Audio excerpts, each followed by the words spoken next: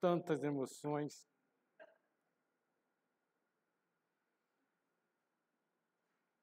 Boa noite para todos. Que a paz de Mestre Jesus esteja em nossos corações.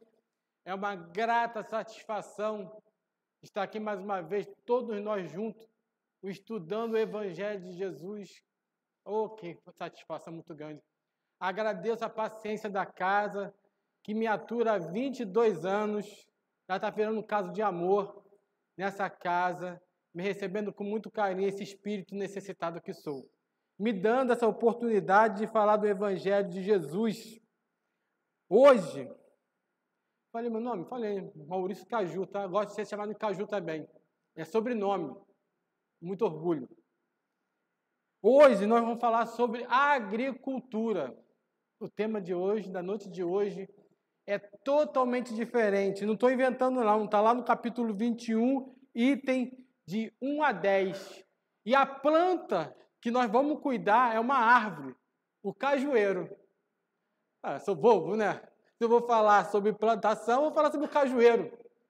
E nós, nesse capítulo, tem tudo a ver com a agricultura. Porque o nosso irmão, Lucas, ele começa assim: a árvore que produz maus frutos não é boa, e a árvore que produz bons frutos não é má. Porquanto cada árvore se conhece pelo seu próprio fruto.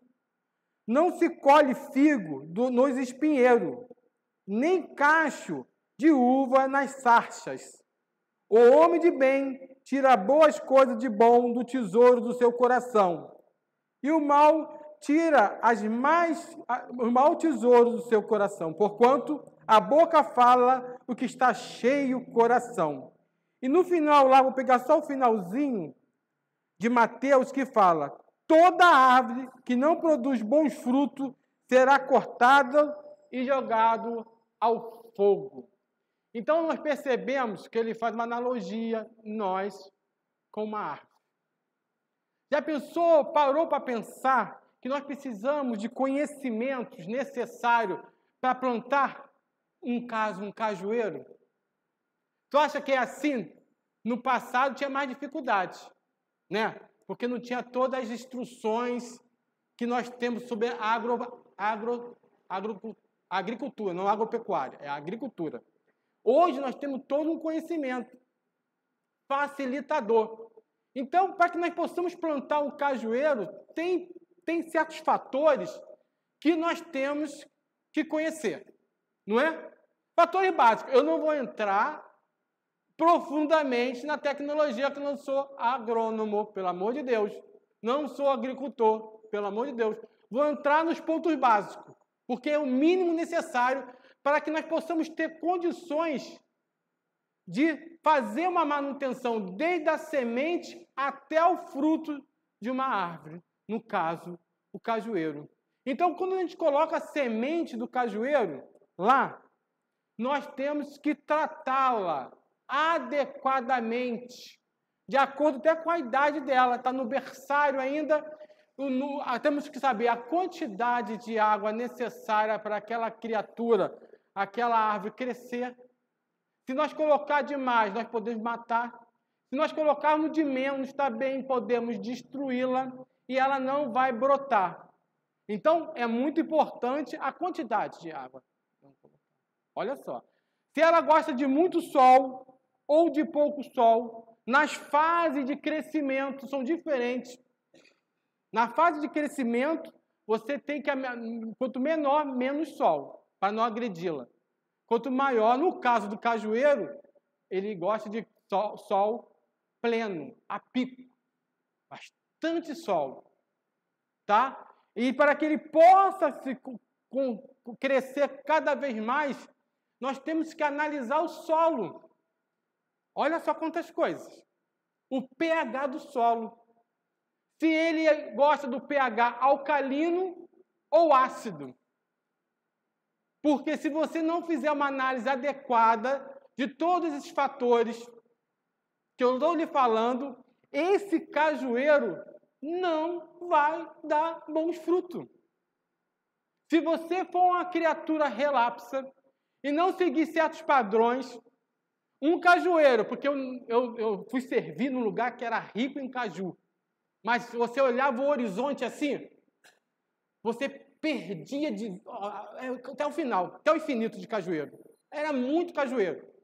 Eu acostumado com um caju do Rio de Janeiro,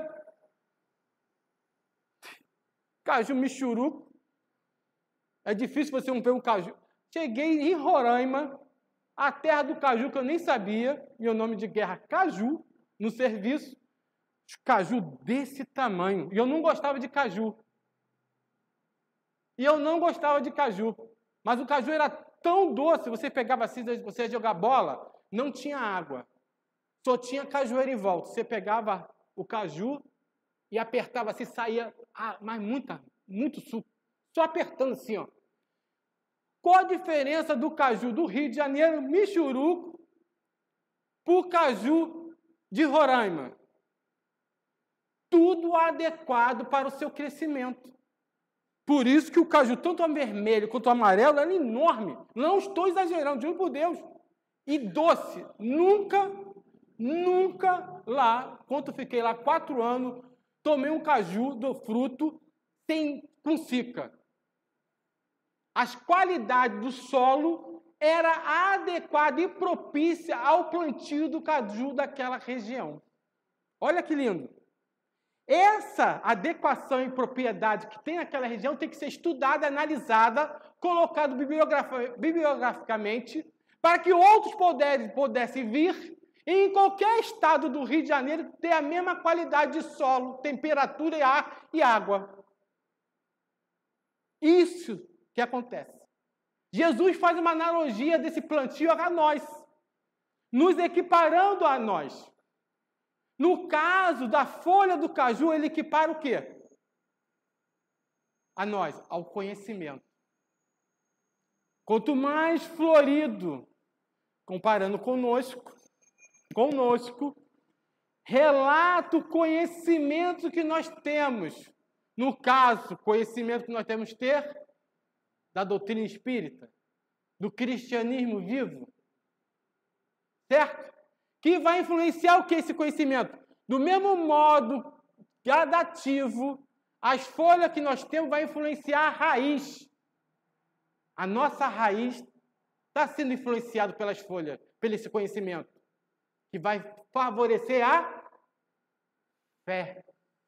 A raiz tem um simbolismo da fé, porque pode bater qualquer vento, mas você está firme e forte no seu caminho. Firme e forte no seu caminho. O caule e os galhos determinam o quê? Então respondi. É a determinação do cristão. Por que o caule é a determinação? Porque é através dele que busca o sol. Não desvia por nada. Aonde você colocar aquela árvore ou qualquer tipo de planta onde esteja, se o sol aparecer longe, ele vai até ele, capengando. Quem é o sol nessa analogia? Jesus. Guia e modelo da humanidade. É o que nós estamos buscando nessa casa de oração hoje. Jesus. Ele que nos move através dos seus conhecimentos maravilhosos. E que todo esse simbolismo favorecendo a nascer o fruto. O que seria o fruto?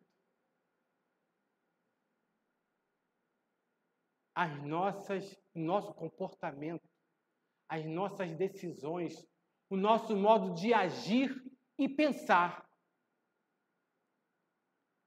Se nosso pensamento for tete a tete com o ensinamento de Deus, como será esse fruto? Doce, suculento e maravilhoso em seu sabor. Se nós não formos adequados a esse fruto que vai estar dando, como é que vai vir esse fruto? Amargo, até mesmo azedo, chegando a apodrecer pela desqualificação nossa em nossos procedimentos. É uma analogia. Meus queridos irmãos, com essa analogia, refletindo sobre a palavra do Mestre Jesus, se nós necessitamos de um guia, de uma bibliografia impressa para produzir um caju qualificadamente, precisamos ir lá na botânica, ou em plantio, no jardinagem, seja onde, em pomar sobre cajueiro. Pega um livro lá, você vai ter que estudar para compreender todo o seu sistema e funcionamento para que possa produzir bons cajus. Gordo e forte assim que nem eu, que delícia. Ninguém riu, né? Mas tudo bem. Mas é verdade. É só para descontrair. É só para descontrair. Mas é verdade. Através dessa análise desse livro sobre pomar, especificamente sobre cajueiro, nós vamos aprender todo o seu método. Agora uma pergunta importante, que não quer se calar. Para que nós possamos dar fruto, aonde especificamente devemos buscar? Eu falei especificamente. Aonde está toda a orientação bibliográfica, no qual nós analisamos toda aquela situação, compreendemos e temos grandes, maravilhosas oportunidades de dar bons frutos. Aonde se encontra especificamente esta orientação para que nossas raízes sejam fortes, para que nosso caule seja determinado, para que nossas folhas sejam ricas em conhecimento e para que nossos frutos sejam doces. Aonde se encontra? Falaram aí. Tem vergonha não? Bota para fora. Quem falou? Aí, meu irmão, se eu tivesse um bombom, eu te dava. Eu vou trazer um bombom. Eu te dava um bombom. Estou te devendo. Pode me cobrar. É o Evangelho segundo o Espiritismo. Que muitos de nós não damos o verdadeiro valor a todo esse trabalho, a toda essa obra do Cristo, a obra é do Cristo, para favorecer a cada um de nós, criatura semi-analfabeta, estou sendo bonzinho, tá? Criatura semi-analfabeta da lei de Deus. Que está longe da perfeição, muito, muito longe.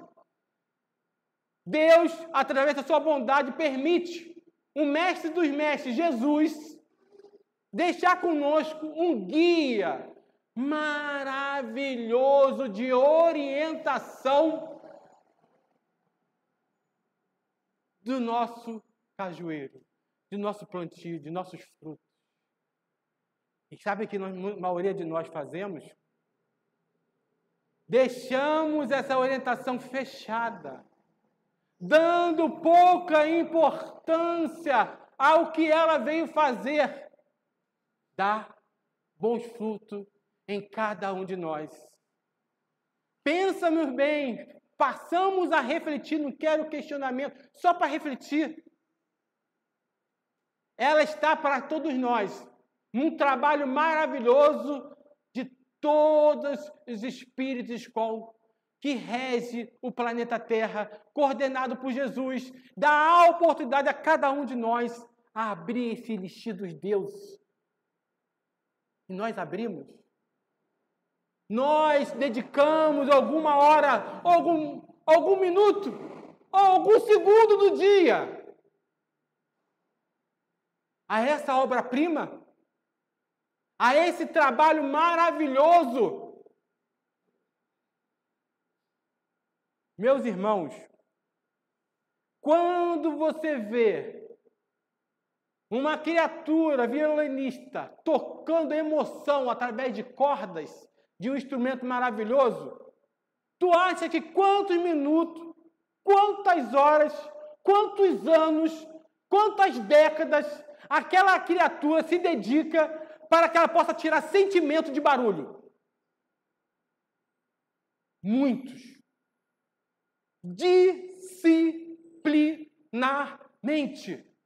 A criatura que quer tirar sons harmônicos de um instrumento, se dedica horas, décadas da sua vida para que ela possa criar sentimento. E se ela parar alguns minutos, alguns dias, alguns meses, ela enferruja e tem que começar tudo de novo. Quer dizer isso? Não pode parar. Todo dia ela tem que se exercitar. O nosso evangelho é a mesma coisa. Pouco de nós abre e aqueles que abrem usa como Rivotril para dormir. No final da noite não consegue nem ler o primeiro parágrafo porque dorme. Melhor do que Rivotril, tudo bem.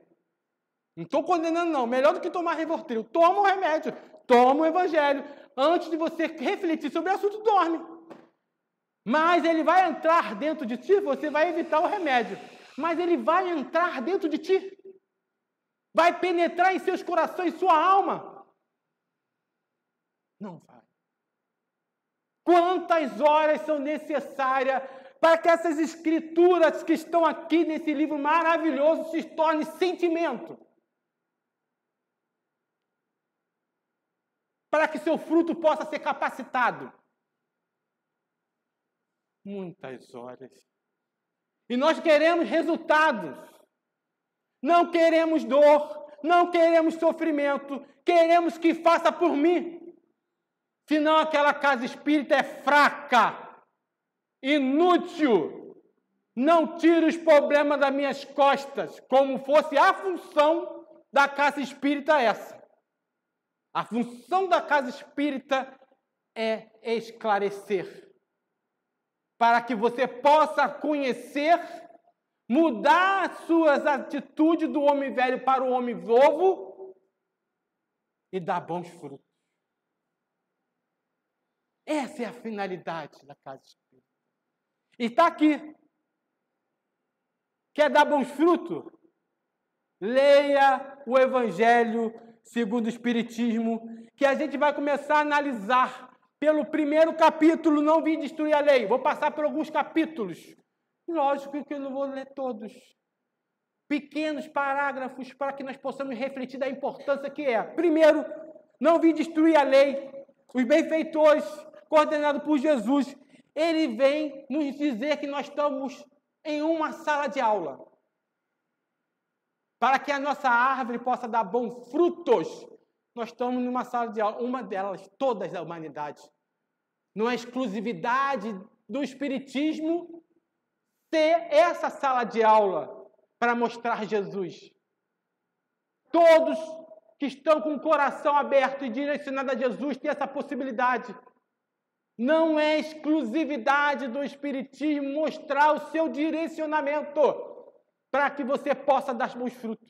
Mas estamos numa escola de aprendizado que ninguém, exatamente ninguém, vai ser mandado embora.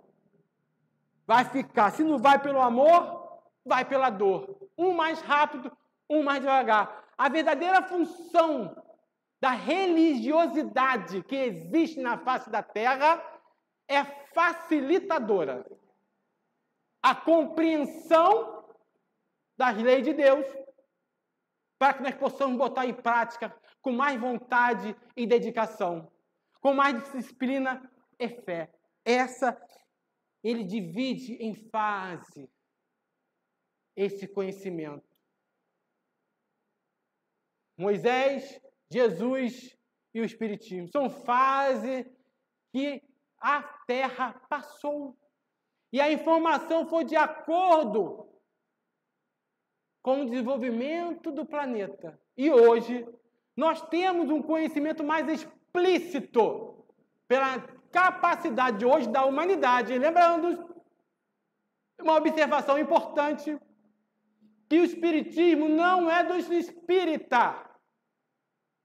O Espiritismo é da humanidade.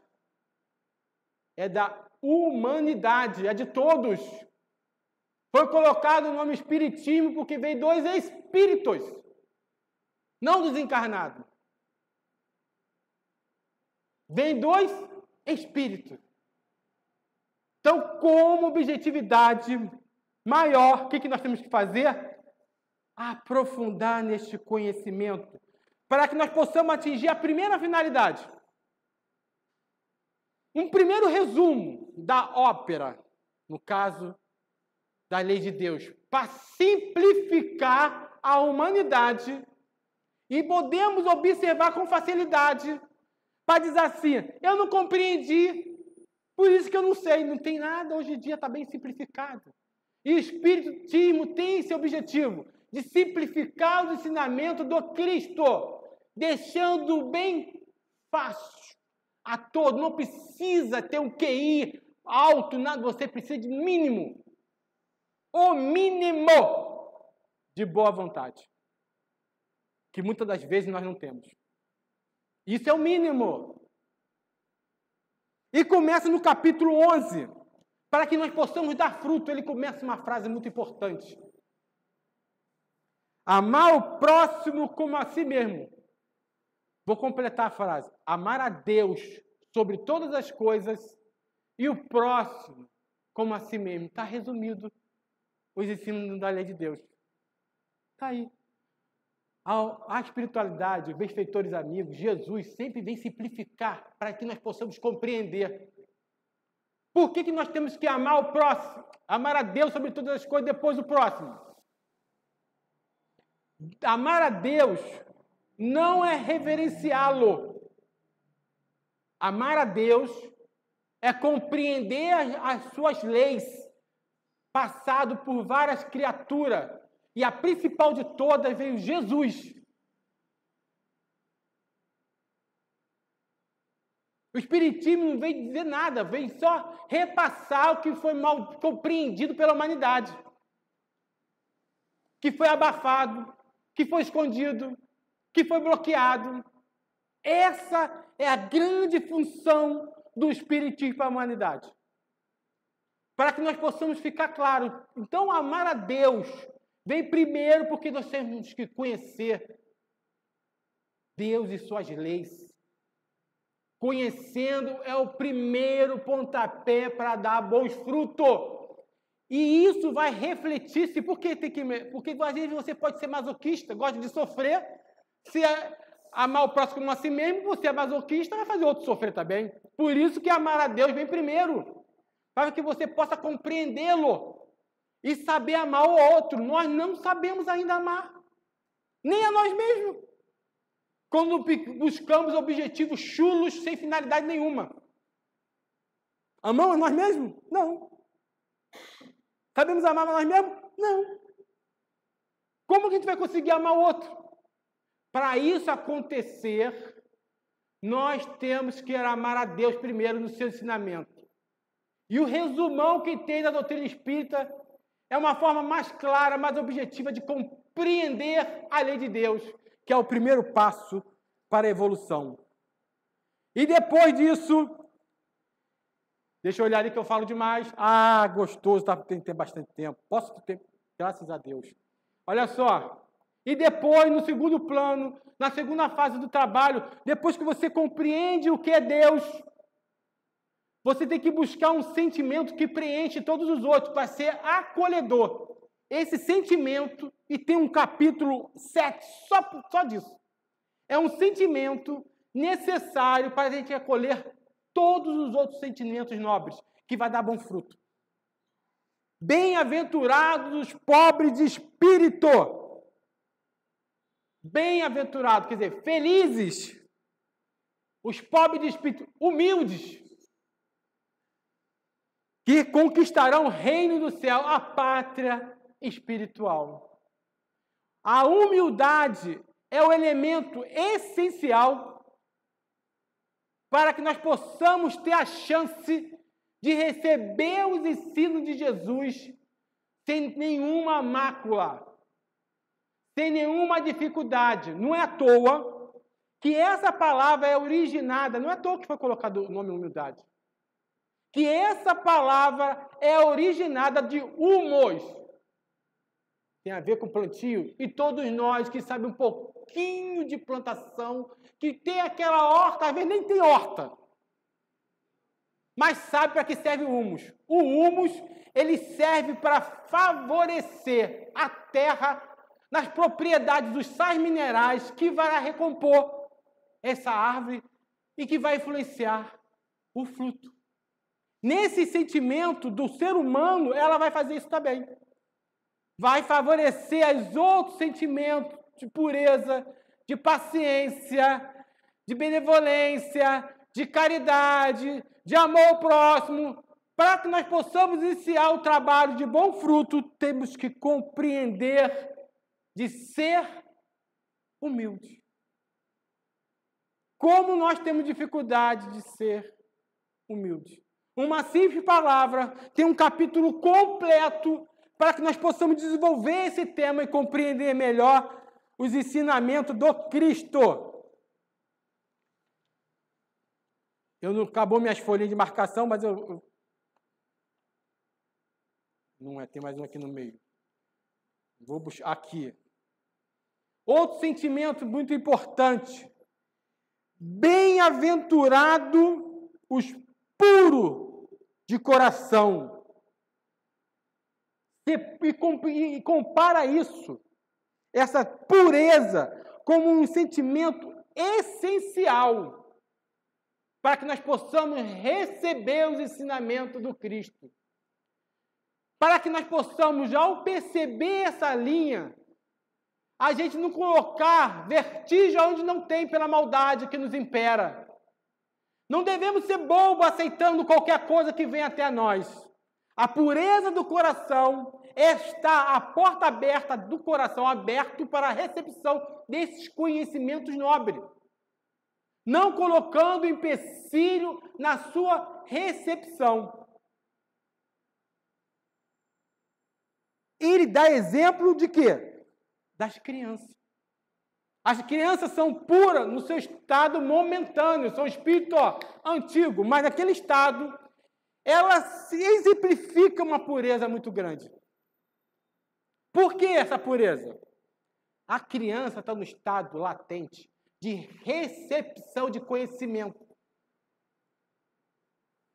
Interessante que essa pureza, muitas das vezes, tem que ter uma orientação. Por isso que nós temos a nossa orientação.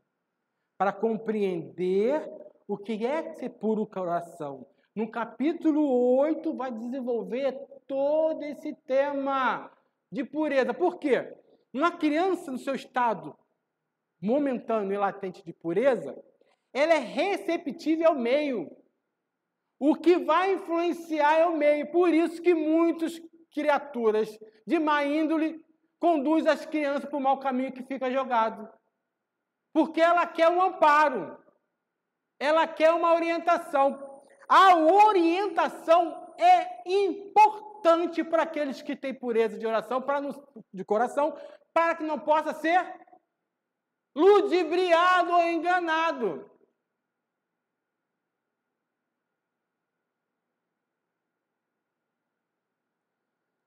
Compreendida essa parte do 8, pulo por 9. Brando e pacífico, até hoje, bem-aventurado, quer dizer, felizes, só para facilitar a nossa vida, tem toda a orientação. Bem-aventurados e vamos dar bons frutos. Temos capacidade de dar frutos bons. Qualificado. E qualificado com o nosso desenvolvimento. Nosso fruto não vai vir igual ao de Jesus. Imagina um fruto de Jesus. Um caju de Jesus. Produzido por Jesus. Imagina o tamanho. O suco vai encher um barril que vai alimentar uma cidade inteira. Entendeu? Nosso suco, o nosso caju vai ser pequenininho, mas pelo menos ele vai ser adocicado. Completa com açúcar e melhora o sabor. Mas gradativamente ele vai melhorando. E está aqui, ó. Um livro mal valorizado pelos espíritos. Bem-aventurados os brandos e pacíficos, os felizes são hoje, até hoje, no século XXI, os brandos e pacíficos são chamados de covarde. Aquele que não responde com a mesma moeda é um covarde pela uma sociedade ignorante igual à nossa.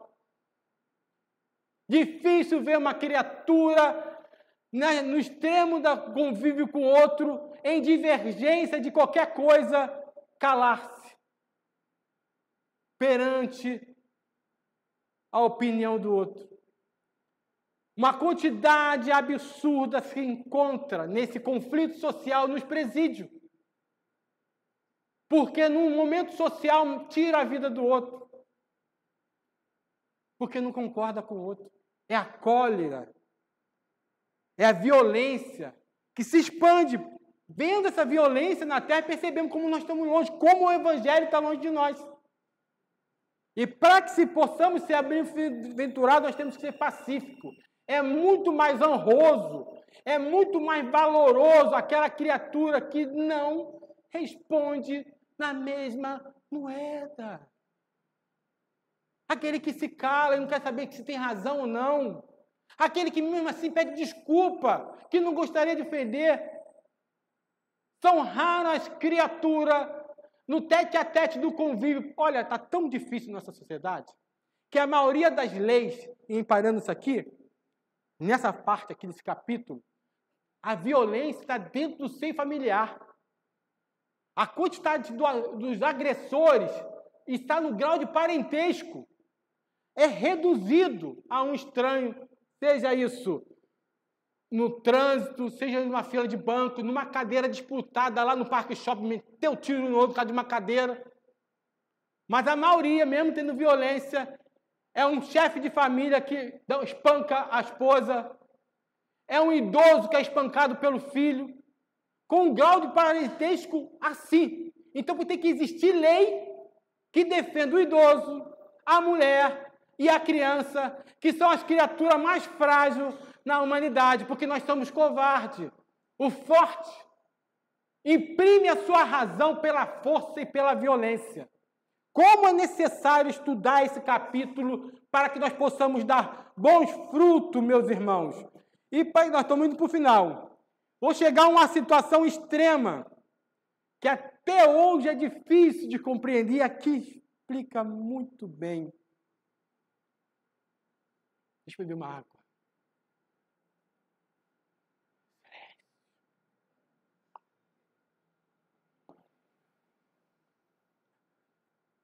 Se nós estamos difícil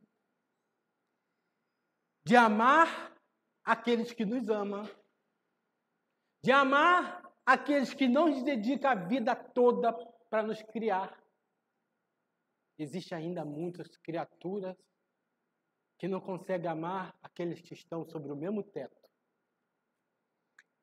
Quanto mais amar os vossos inimigos, eu tive que colocar esse item aqui. Como amar o meu inimigo? Uma criatura que quer meu mal. Eu vou até lá, para não esquecer as características. É muito, eu não vou pular nenhuma, vou te dizer 3. Não. Amar o nosso inimigo, ele, Jesus, nos seus ensinamentos, não quer que a gente ame o inimigo como a gente ama um filho. O coração não bate em mesma sintonia. Quando você vê um filho, uma pessoa que você ama, você sente uma paz de espírito, seu coração bate suave. Aquele prazer, essa satisfação da presença da criatura impera em todo você. E quando entra um inimigo? O coração acelera, a raiva aumenta e você tem vontade de pular no pescoço. É o mesmo sentimento? É difícil. Mas como Jesus, nesse capítulo, que nós vamos ler quando chegar em casa, e eu não fiz uma pergunta antes, que era no início de todo o desenvolvimento do Evangelho. Todos nós temos o Evangelho segundo o Espiritismo em casa? Isso não é ofensa, não, porque é ajuda. Tem que ter ajuda. Alguém não tem o Evangelho segundo o Espiritismo em casa? Não tem 1, não tem 2, quem não tem mais 3, 4. É o primeiro contato da doutrina de vocês? É? Não? Você não? Você é o primeiro contato? É? Então a gente tem que tomar providência. Como nós vamos negar nossos irmãos que estão chegando agora, estão recebendo pela casa esse tesouro? É o que nós temos mais importante.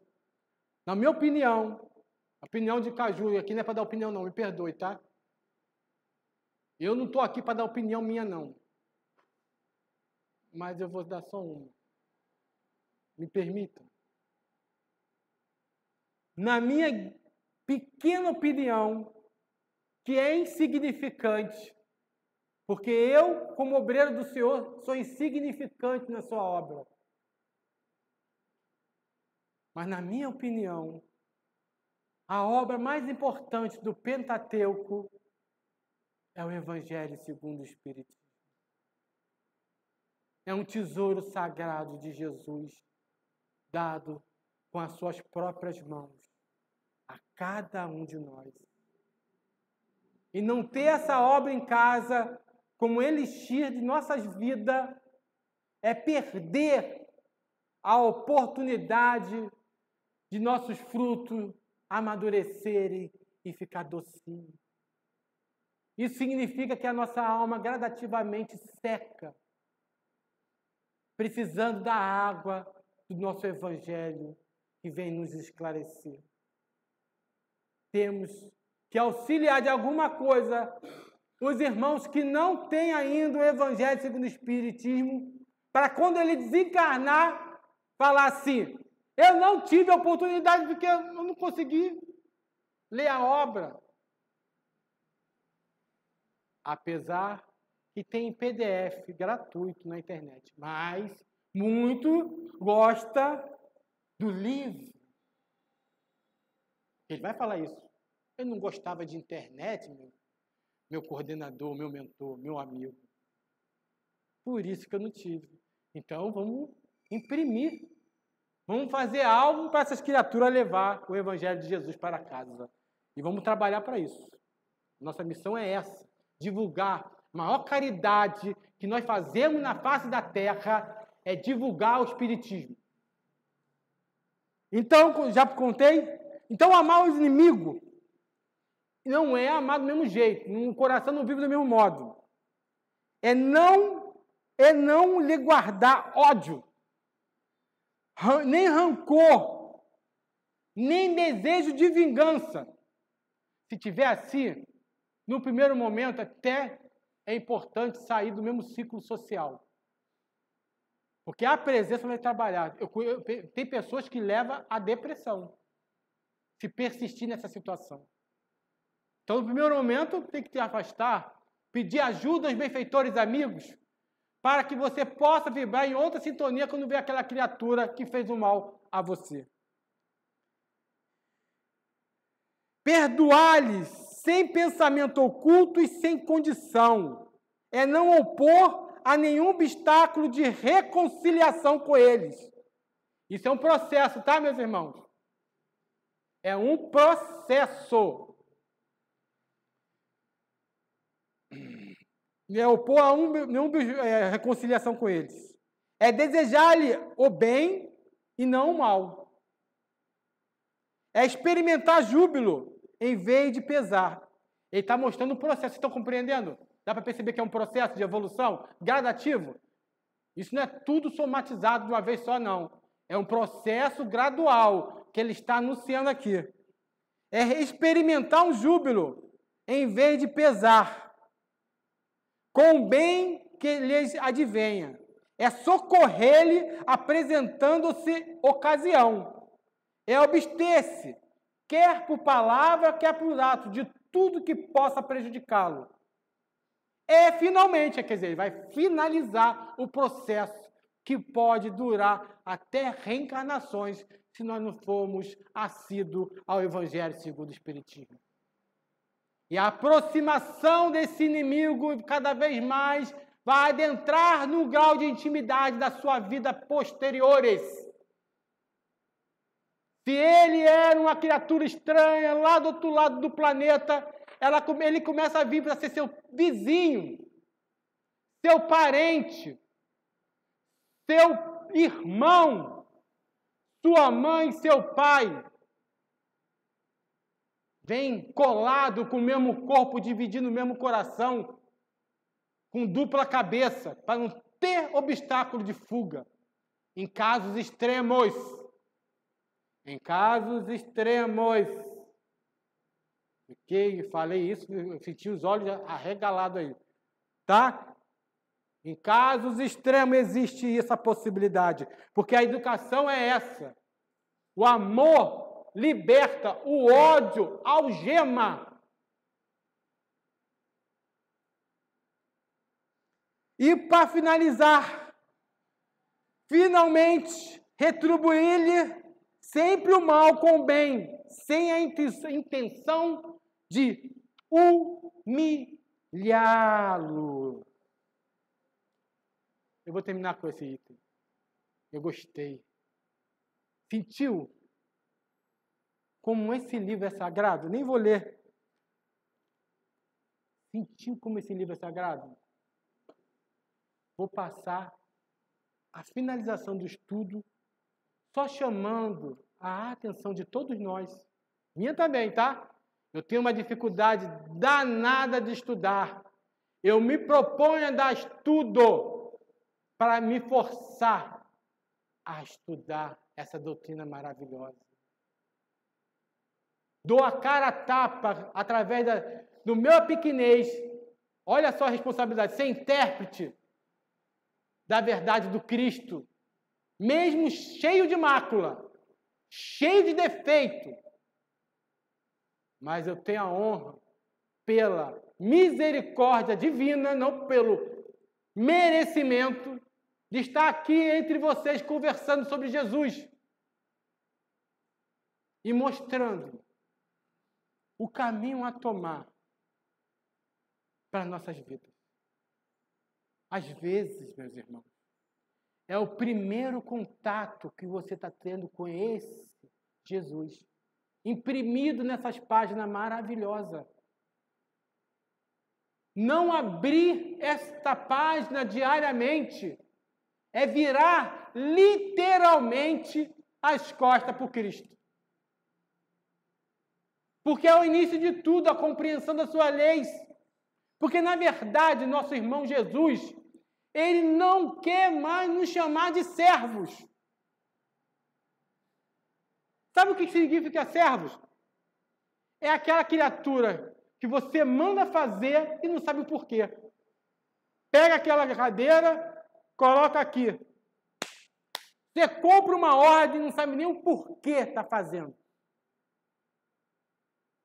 Nem porquê. Mas Jesus quer nos chamar, e ele fala essa frase, me dá a sensação, já viu falando com criança? Não vou sair da câmera não, né? Já viu falando com criança? Quando a gente vai com criança, quando a gente fala com criança, o que a gente faz para ficar tete a tete para com ela? Para que a criança possa te compreender, você tem que estar no mesmo nível dela. Nessa passagem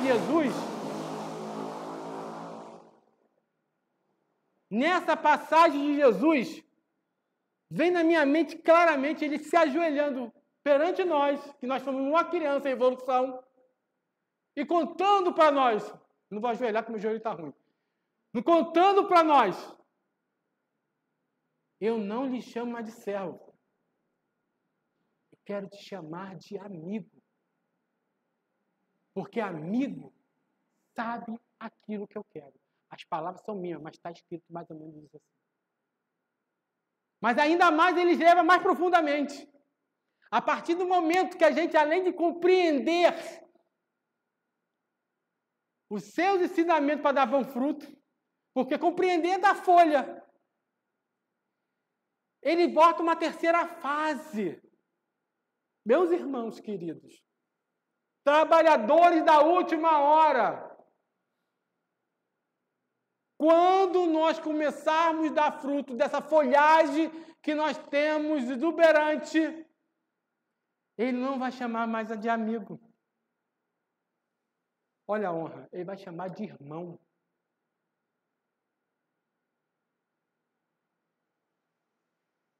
Vai nos chamar de irmão. Olha que felicidade. Dá para compreender o tamanho da oportunidade que nós estamos tendo de dar bons frutos? O mérito é nosso. O esforço tem que partir de nós para buscar e determinar o nosso caminho. Pensa bem nisso. A vida é breve. É muito menos que um piscar de olhos.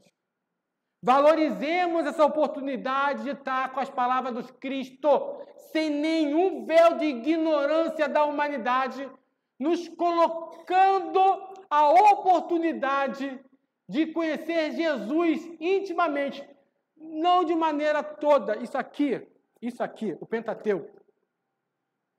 Imagina todo o oceano da face da terra, todos, até o Mar Morto.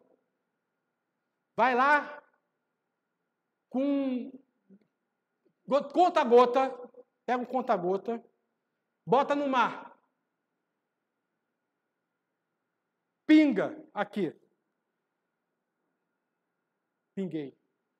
É o resumo em comparação em todo o mar. É menos, a proporção é maior, hein? É só para que possamos refletir, a proporção é maior. Essa gota representa o conhecimento espírita. O conhecimento de Jesus, que está assim com Deus, não é um conhecimento absoluto, ainda é relativo. O conhecimento de que Deus é infinito. É um resumo, bem resumido da sua obra, para que nós possamos conhecê-lo e caminhar em sua direção. Agradeço por demais o ouvido de cada um que me emprestaste nessa noite maravilhosa de calor, suando pelo Cristo, nós aqui compreendendo as suas palavras. Aproveite a essa oportunidade que Deus nos dá pela sua misericórdia para compreender melhor Cristo e dar bons frutos. Que a paz de Jesus esteja com todos, hoje e sempre. Que assim seja, e graças a Deus.